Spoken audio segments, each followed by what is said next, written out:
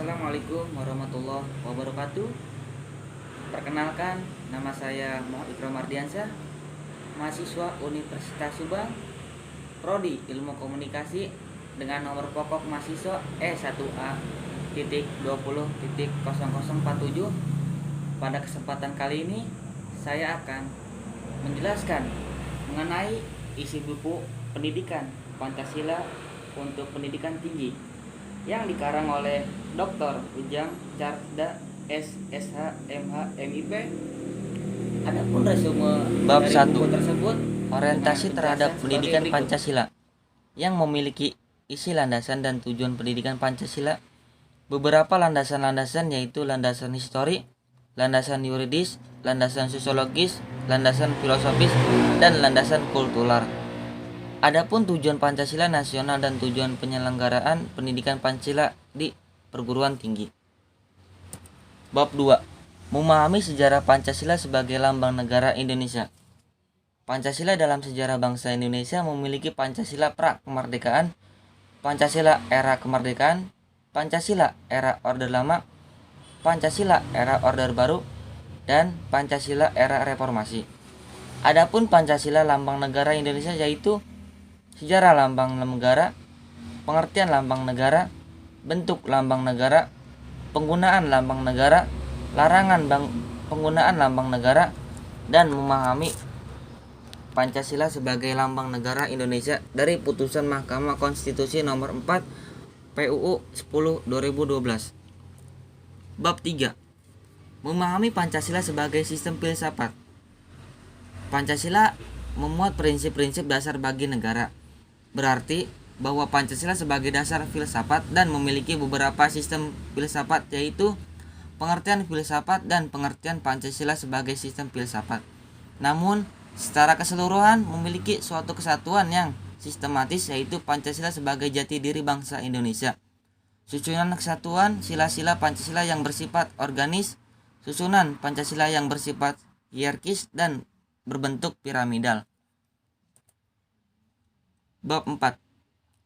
Memahami Pancasila sebagai sistem nilai, etika, dan norma yang memiliki pengertian nilai yaitu sifat atas kualitas yang melekat pada suatu objek, bukan objek itu sendiri. Pengertian etika dapat diartikan sebagai pemikiran filsafat tentang moralitas, problem moral, dan pertimbangan moral, sehingga etika dan moral itu sulit dipisahkan. Sedangkan norma yaitu objek filsafat, objek formal yang mempersonalkan hakikat manusia. Bab 5. Memahami muatan sila-sila dalam Pancasila. Bab 5. Memahami muatan sila-sila dalam Pancasila. Hakikat nilai-nilai yang terkandung dalam Pancasila. Isi materi muatan sila-sila Pancasila yaitu sila ketuhanan yang Maha Esa, muatan sila kemanusiaan yang adil dan beradab, muatan sila persatuan Indonesia, muatan sila kerakyatan yang dipimpin oleh hikmah dan kebijaksanaan dalam permusyawaratan atau perwakilan, muatan sila keadilan sosial bagi seluruh rakyat Indonesia. Bab 6.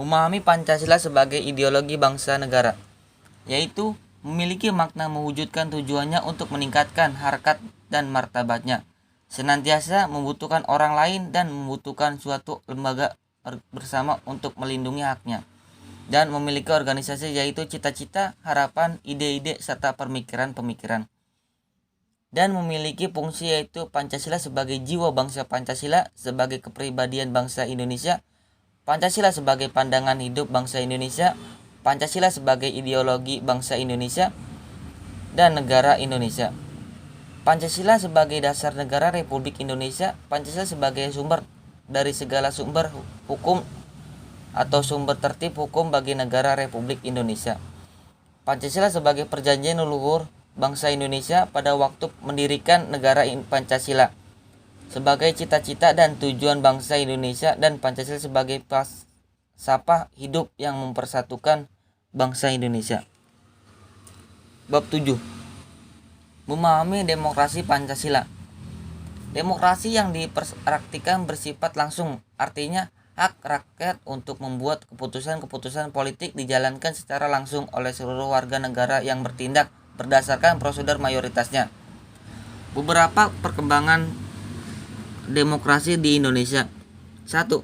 Periode 1945 sampai 1959, masa demokrasi parlementer. 2. Periode 1959 sampai 1965, masa demokrasi terpimpin. 3. Periode 1966 sampai 1998, masa demokrasi Pancasila era Orde Baru. 4. Periode 1999 sampai sekarang, masa demokrasi Pancasila era Reformasi. Bab 8. Memahami hak dan kewajiban asasi manusia dalam Pancasila. Hak asasi manusia dan seperangkat hak yang melekat pada hakikat dan keberadaan manusia sebagai makhluk Tuhan yang Maha Esa dan merupakan anugerah yang wajib dihormati, dijunjung tinggi, dan dilindungi oleh negara, hukum dan pemerintahan dan setiap orang demi kehormatan serta perlindungan harkat dan martabat manusia. Beberapa macam hak asasi manusia. Yang pertama, hak untuk hidup. Yang kedua, hak untuk bicara dan menyampaikan pendapat. Yang ketiga, hak kebebasan berkumpul. Yang keempat, hak untuk turut secara dalam pemerintahan. Yang kelima, hak untuk melanjutkan keturunan. Yang keenam, hak untuk mendapatkan kesejahteraan. Yang ketujuh, hak untuk memperoleh keadilan dan rasa aman. Yang kedelapan, hak untuk beragama dan menjalankan ibadah. Yang kesembilan, hak atas kedudukan yang sama di hadapan hukum. Bab 9. Memahami Pancasila dalam sistem ketatanegaraan Indonesia. 1. Isi arti Pancasila dalam pembukaan UUD 1945. Isi arti Pancasila menurut pembukaan Undang-Undang Dasar 1945 di sini dimaksudkan adalah Pancasila sebagai dasar filsafat atau ideologi bangsa dan negara Republik Indonesia. Yang kedua, isi arti Pancasila dalam pasal-pasal Undang-Undang Dasar 1945 merupakan ketentuan hukum positif dan mempunyai kekuatan mengikat. Yang ketiga, kedudukan pembukaan Undang-Undang Dasar 1945. Memiliki isi pembukaan Undang-Undang Dasar 1945, tujuan pembukaan UUD 1945, hakikat dan kedudukan pembukaan Undang-Undang Dasar 1945.